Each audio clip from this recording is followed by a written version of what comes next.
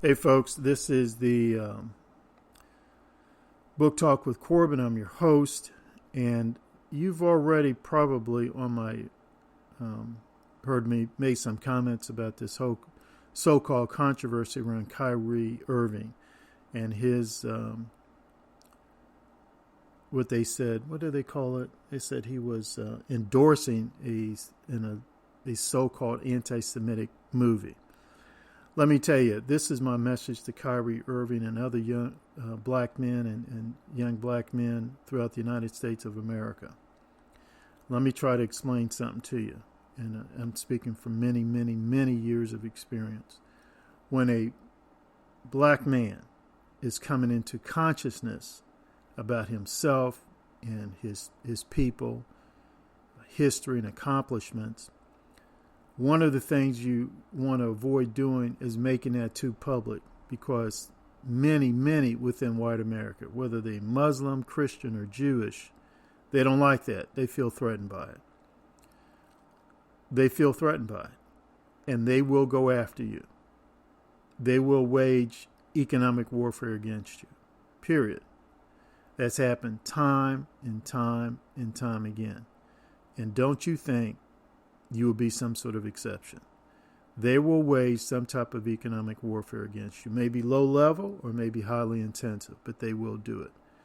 And some of you may be saying, well, I don't understand what that means. Well, I tell you what, then you need to look up Dr. Boyce Watkins. Check him out on YouTube. And you need to listen to Claude Anderson. And those two brothers, those two black men, will explain that to you. Here's the other thing I want to say. And this is all related to Kyrie Irving and all. Many, many of these white folk, particularly white males, within this whole journalism and media industry, they have no respect whatsoever and no knowledge whatsoever for what you're going through. You know, your whole growth, your whole coming into consciousness. They don't care about that. They don't care about it. They have no respect for it. And they have no knowledge of it. I could see that when they asked Kyrie, are you anti-Semitic? And Kyrie said, I can't be anti myself. So in other words, Kyrie had a different understanding of, who are the Semitic people? What does anti-Semitism mean? And I immediately understood it because I listened to so many brothers like him, brothers of consciousness. And I understand where they're coming from. I may not always agree with it, but I understand them. And it's out of my respect and love for them that I try to understand them, that I read their stuff. I listen to their speeches and their interviews. But that white male journalist, the overwhelming majority of them, they don't care. They have no understanding what you're coming from. They don't care. They don't respect it. And they're clueless. I mean, they're beyond ignorant. I mean, they're just sitting there in total darkness with sunglasses on. There are very few white people who would be able to hear that from Kyrie and then ask the appropriate question. Someone like Eminem, he probably could, because in the rap world, there's all sorts of young black men who are coming into consciousness, who are exploring, researching, things like that. Okay? There are all sorts of young black men like Kyrie Irving, Nick Cannon, Professor Griff. There's another brother, too. He did something on, I think he did a rap song on Master Fard Muhammad. I almost fell out. But it didn't surprise me. Because I know, that whole hip-hop generation, y'all young bloods, y'all young black men, or that generation that's sort of like behind me, I understand that. I respect that. I don't always agree with it. I don't have to always agree with someone I respect and I love and I want to and I cherish. My wife and I, we're like almost polar opposites on politics, but I still respect her. I still love her. I still want the best for her. And I still try to understand her. Man, I'm telling you, and some people don't want to hear this. I don't care. Them white journalists don't give a flip about you young black men. And here, now I'm going to say something that some of you young black men and black men don't want to hear. They're not supposed to. When they attack you, Kanye, Irving, Mr. Irving, and others, dogs bark, fish swim. What do you expect? They're ignorant. They don't care. They don't respect you. So keep on doing what you're doing. Keep on doing what you're doing. Keep on searching. You know, there's some books I'd love to recommend to you. I would recommend to Kyrie Irving, Kanye. You know, Kanye, he's really into Powernomics by Claude Anderson. All y'all black men who can hear this, and all y'all black boys and black youth who are hearing me, you need to be familiar with Claude Anderson. You don't have to agree with everything Claude Anderson writes or says, but you should be familiar with his work. You should be familiar with Carter G. Woodson, Dr. Carter G. Woodson, and his classic, The Miseducation of the Negro. You need to be checking that out. You need to be familiar with that. And I'm going to tell you something else, too. You also need to be familiar with some of the writings of Robert Sobukwe of South Africa and Stephen Bantu Biko of South Africa. Okay? And, of course, Marcus Garvey. You need to check those brothers out. All right? And when you start coming into consciousness and you start growing intellectually, and you start doing more research and start reading, hey, a lot of that teaching is going to come out. But you need to be careful when you bring that out, because they will come after you. I mean, those who don't have your best interests at heart, they will come after you. And they will definitely engage in economic warfare against you. I mean, it will happen. So I just wanted to say that, give that message to Brother Kyrie Irving and other black men, black youth, black boys in the United States of America. Keep doing what you're doing, but don't be surprised when people who don't care about you, who don't have your best interests at heart, and who feel threatened by you, and who are ignorant, I mean just totally ignorant about where you're coming from and what you're going through. That's okay. It's all fine and good. Just keep on doing what you're doing. And I want to say this too. You know, I listen to Candace Owens. She's what I would categorize as a black conservative pundit, much like myself. I mean, her politics and my politics are very similar. And I've heard some black folk say some very disparaging things about Candace. And I want to say to black men here, brothers, we need to talk about our sisters who are politically conscious and, they're out there doing their research and sharing their information and their knowledge and stuff. We need to be a little bit more respectful of them. Calling them coons and sellouts and all that kind of stuff is stupid. That's ignorant. And we don't need to be doing that. If you don't agree with Candace Owens, be a man and just say, I don't agree with her. But you don't need to be like a Dave Chappelle, Professor Griff, and attack her personally. I mean, that's ignorant.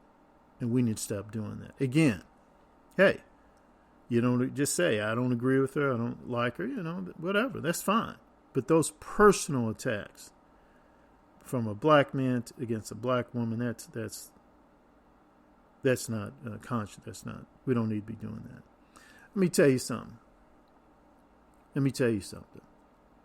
And sometimes I can be guilty of that myself against black liberal women.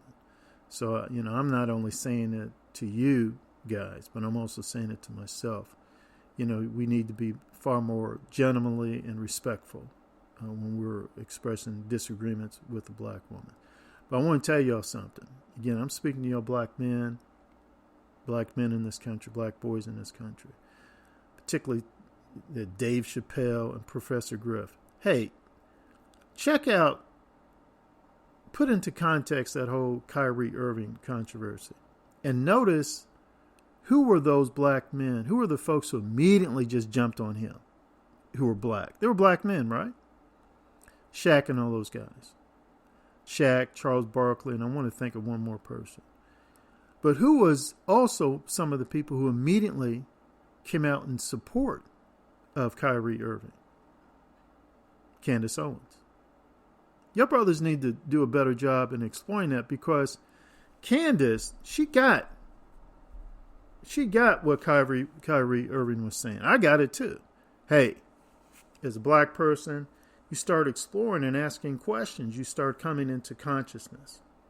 So when Kyrie made a comment like that, he was saying to the white media, hey, where were you guys when I was trying to figure out who I am and trying to figure out, what's going on with my people in this country and other parts of the world? Where were you guys?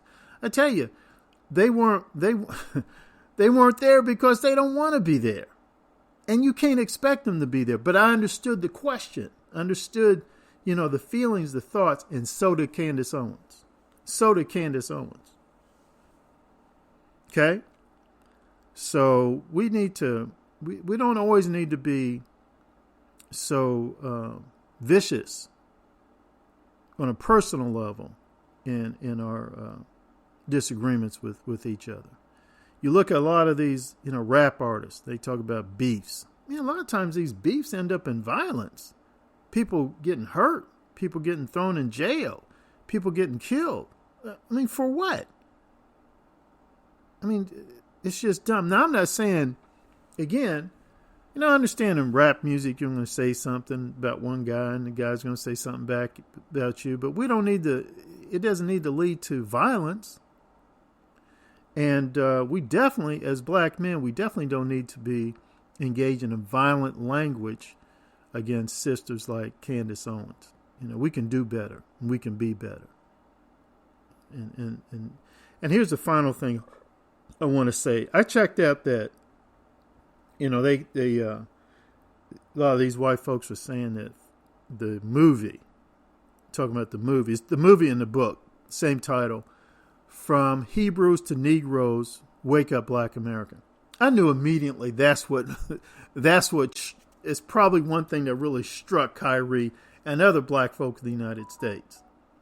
It wasn't about we hate Jews and we want to kill Jews. That anti-Semitism really does not appeal to the masses of black folk in the United States of America. That's not why we gravitate towards brothers like Louis Farrakhan or who's this other? Kyrie Irving, Kanye, whoever, Claude Anderson, Boyce Watkins, whoever it might be. It's not about, we hate Jews and we can't stand Jews. It's about, hey man, we as a people, we need to come together and stand up and do for self. We need to come together, stand up and do for self. That is the message, all those guys I just mentioned, that's the message that appeals to the masses of black folk in the United States of America, or at least a large percentage of black folk in the United States of America. It's not about this anti-Semitism stuff, we hate Jews and anything like that. And y'all white Jewish folk, y'all need to understand that. Y'all need to get that through your thick head. When Kyrie put out that film, that was not the time to attack him. That was the time to quietly, hey Kyrie, brother Kyrie, hey man, let's sit down and talk about this film a little bit. We're a little upset, a little disappointed, a little hurt. That's where we're coming from. Where are you coming from? And Kyrie, I'm assuming he'd be more than happy to say, well, wait a minute, I'm not trying to attack anybody or hate anybody. As a matter of fact, there's some things in that film I didn't agree with at all. Well, let's sit down and talk about it because we just want some sort of assurance that you don't hate us. You're not trying to advocate genocide or another Holocaust. And Kyrie would say, oh, no, brother. No, that's not what it's about. It's about me just trying to come into consciousness, trying to figure out more about my people. What was the history of my people before we arrive on these shores as slaves. Okay? So I very much denounce the owners of the Brooklyn Nets and what's this? The Anti-Defamation League. Getting sick of y'all people just treating us like we just some dumb buck Negroes. You have any respect for me, then you come to me and say, hey, man, let's sit down, brother to brother. Let's sit down over a nice kosher meal. And I mean that literally too, man.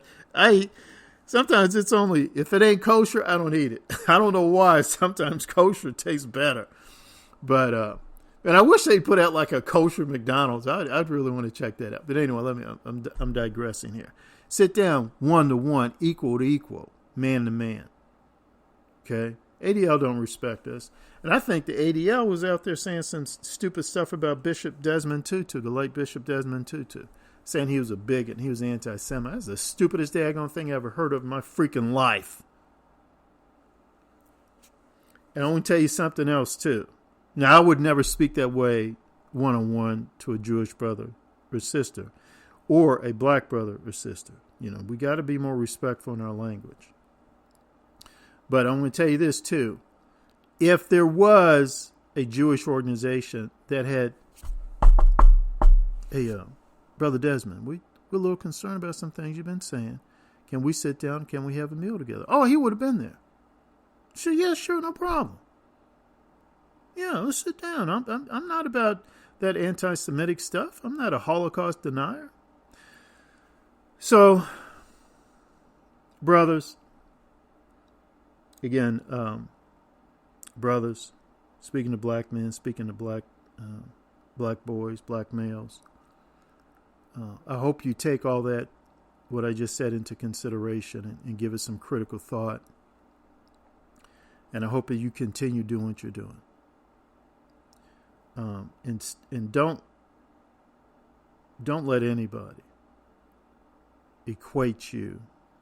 Here's your struggle and trying to come into consciousness and gain knowledge and information, and equate that with the evil of genocide and pogroms and the Holocaust. When a person does that to you, they don't have your best interests at heart. They don't care about you. But guess what, folks, guys? They're not supposed to love you. There's no requirement for them to love you. It might be in the Torah, it might be in the Bible, but so what? Doesn't mean that they love you. Doesn't have to. There's no, they can't be compelled to love you. Let me put it to you that way.